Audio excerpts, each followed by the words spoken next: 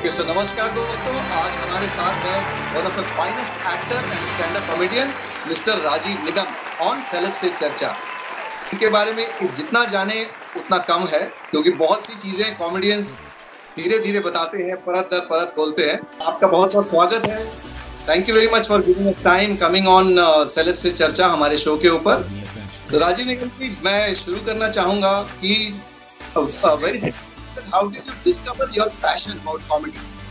थोड़ा सा बताइए। ये बड़ी लंबी कहानी है, बहुत पुरानी कहानी है। So बेसिकली मैं कानपुर से बिलोंग करता हूँ, यूपी में जगह है कानपुर, वहाँ से बिलोंग करता हूँ। और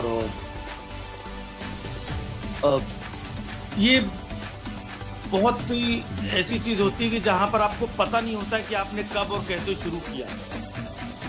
हम स्कूल में पढ़ते थे तो हमारे कुछ टीचर होते थे, घर में फादर और हमारे ताऊ जी ये लोग कुछ जो एक्टिविटीज करते थे, तो उनके जाने के बाद जब मेरे फादर ऑफिस चले जाते थे तो उनकी कॉपी करके मम्मी के सामने या दूसरे घर के जो भाइयों के सामने कि पापा ऐसे करते हैं, पापा, तो सब लोग हंसते थे। या टीचर्स के बारे में हम लोग ऐसे करते थे तो बाकी के लोग हंसते थे। तो जब हंसते थे तो ऐसा लगता था कि यार कुछ तो बात है यार, तो और मजा आने लगता है ना। जैसे कोई बच्चा अगर शरारत कर रहा है और उस पर आप हंसे तो बच्चा फिर दोबारा फिर शरारत करने लगता है कि मेरी शरारत में लोगों को मजा आता है। तो वो शरारत, वो मजा कब कॉमेडी में टर्न हो गई। मैं जो कुछ भी हरकतें करता रहा, लोग हंसते रहे, हमारी पढ़ाई लिखाई सब चलती रही। देन फिर जब मैं थोड़ा सा बड़ा हुआ तो मुझे रियलाइज हुआ कि अक्सर कई लोग मुझे मोहल्ले के या आसपास के लोग मुझे बुलाते थे कि यार किसी के यहाँ शादी होती थी, कुछ भी गैदरिंग होती थी, यार राजू को बुलाओ यार, बड़ा मजा आएगा, राजू को बुलाओ बड़ा मजा आएगा यार, वो बड़ा मजा लगाता है। तो मैं जाता था वहां पर, लोगों के साथ मस्ती करता था। देन धीमे धीमे जब मैंने ग्रेजुएशन अपना कंप्लीट किया और लोगों को देखा, कुछ कॉमेडियंस को देखा, तो मुझे लगा कि यार ये मजा अगर हम इसको थोड़ा सा और बढ़ाएं, नेक्स्ट लेवल पे ले जाएं तो और कितना मजा आएगा। तो ये एक थॉट प्रोसेस था जिससे मैंने अपनी चीजों को आगे बढ़ाया। आप हमारे सूत्रों ने आपको बताया वैसे कि आपने एक किताब लिखी है, वो किताब कि अंग्रेजों भारत वापस आओ। तो आप अंग्रेजों को क्यों बुलाना चाहते हैं वापस? बहुत सिंपली तरीके से अगर कहा जाए कि अगर हम अंग्रेजों का टाइम देखें, जब अंग्रेज हिंदुस्तान में थे, तो आज मुंबई में वीटी स्टेशन है, बहुत सारी इमारतें हैं जो अंग्रेजों के जमाने की बनाई हुई हैं, और रेलवे है, उसका स्ट्रक्चर है जो अंग्रेजों के जमाने में बनाया हुआ था। तो उनके दौर में इतना काम हुआ, भले हम लोग गुलाम थे लेकिन बहुत डिसिप्लिन था, बहुत सिस्टम था। हम एक डरते थे उनसे, गुलामी की वजह से, अंग्रेजों के टेरर की वजह से डरते थे, तो उस डिसिप्लिन में बहुत अच्छे तरीके से रहते थे।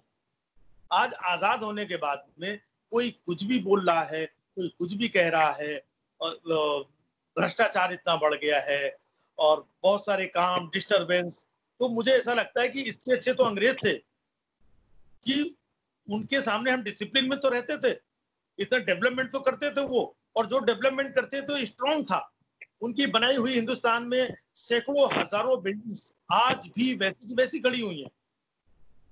तो उनके जो एरियाज है, तो वो मुझे लगता है कि आज जो हिंदुस्तान में इतनी सारी प्रॉब्लम्स हैं, इतनी सारी जो गड़बड़ियां हो रही हैं, अंग्रेजों के दौर में नहीं थी वो। तो प्लीज एक बार अंग्रेजों वापस हिंदुस्तान आ जाओ, यहाँ का सारा मामला ठीक हो जाए, इसके बाद भगा तो हम तुमको वापस दे देंगे। तो भी अच्छी बात है। अच्छा, ये थोड़ा सा बताइए कि तो ये किताब अभी पूरी हो चुकी है या अभी कुछ काम बाकी है इसके? कंप्लीट है, हाँ। इसमें हमारे दूसरे असाइनमेंट आ जाते हैं, ट्रेवल करने लगता हूँ, शोज करने लगता हूँ, शूट करने लगता हूँ, तो फिर इतनी सारी जिम्मेदारियां जो सामने होती हैं उनको निभाना पड़ता है। इसके लिए थोड़ा मामला खिंच गया है, बट ये लॉकडाउन में हमारी बुक कंप्लीट हो जाएगी।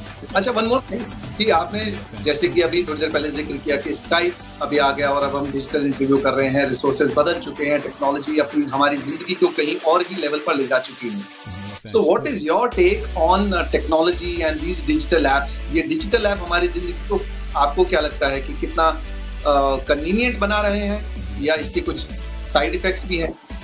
ऑब्वियसली कन्वीनियंट तो है, देखिए साइड इफेक्ट भी हर चीज के होते हैं, है ना।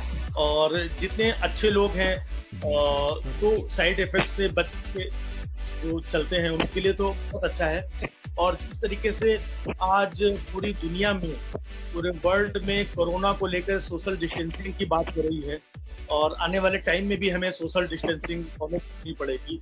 तो सोशल डिस्टेंसिंग में हम और आप आपस में कनेक्ट कैसे होंगे, उसके लिए ये आज की टेक्नोलॉजी है, ये बहुत इंपॉर्टेंट है। एटलीस्ट हम लोग घर बैठे एक दूसरे से कनेक्ट हो रहे हैं, और हमारी बातचीत बहुत सारे लोग देख पाएंगे, सुन पाएंगे लॉकडाउन के दरमियान।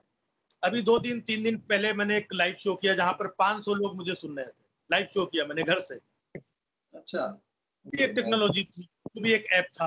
तो सोचे लॉकडाउन के दरमियान भी मैंने 500 लोगों के सामने परफॉर्म कर।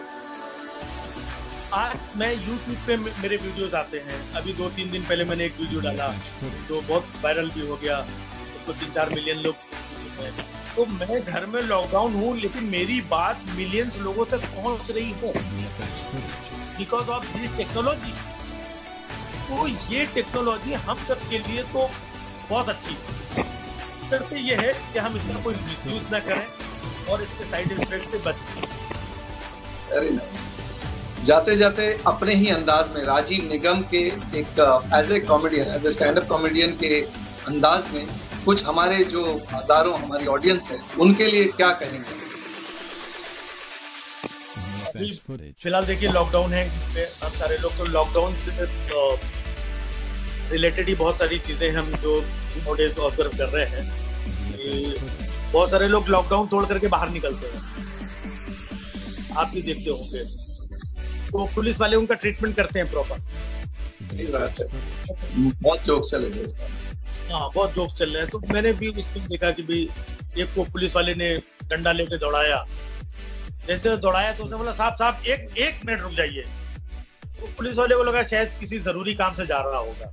उसने पॉकेट से शीशी निकाली, बोला साहब 1 मिनट, डंडा 2 नहीं 4 मार लो, लेकिन प्लीज पहले डंडे को सैनिटाइज सही बात है। अच्छा, अब तो ये कर रहे हैं कि किसी को पहले 4 डंडे मार देते हैं, उसके बाद पूछते हैं कहाँ जा रहा था। तो एक बंदे को 4 डंडे मारे पुलिस वाले ने, उसके बाद में पूछा कि जा कहाँ रहा था तू? उसने बोला साहब दवाई लेने जा रहा हूँ। पूछा कौन सी दवाई लेने जा रहा है? बोला साहब आपने जो 4 डंडे मारे हैं पीछे, जब तक दवाई नहीं लगाऊंगा ये सूजन कम नहीं होगी।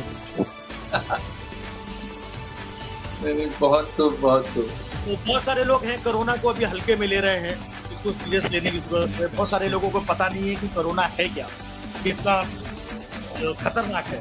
तो मैं उनको सिर्फ बताना चाहता हूँ कि कोरोना कितना खतरनाक है। कोरोना क्या है, मैं 2-3 लाइंस में मैंने लिखी है, वो आपको बता रहा हूँ कि कोरोना एक हवा है, कोरोना एक बयार है, कोरोना नाविक की टूटी हुई पतवार है। कोरोना एक हवा है, कोरोना एक बयार है, कोरोना नाविक की टूटी हुई पतवार है, कोरोना जाहिल है, कोरोना गवार है, कोरोना के सिर पे तो सिर्फ मौत का भूत सवार है। कोरोना के लिए ना कोई छोटा, ना कोई बड़ा, ना कोई अमीर, ना कोई गरीब, ना कोई शहरी, ना कोई ग्रामीण है। कोरोना के लिए ना कोई इतवार, ना कोई सोमवार, ना कोई मंगलवार है। कोरोना जिसके हाथ में ना कोई खंजर, ना तीर, ना तलवार है, फिर भी सबसे खतरनाक है। बहुत अगर कोरोना से बचना है तो अपने अपने घरों में रहिए। अगर आप अपने अपने घरों में रहते हैं तो देश, दुनिया और समाज पे किया हुआ ये आपका सबसे बड़ा उपकार है। वंडरफुल, बहुत बहुत शुक्रिया, धन्यवाद। Thank you very much for coming on our show celeb से चर्चा on celeb media. Thank you very much Rajiv Nigam ji. Thank you sir.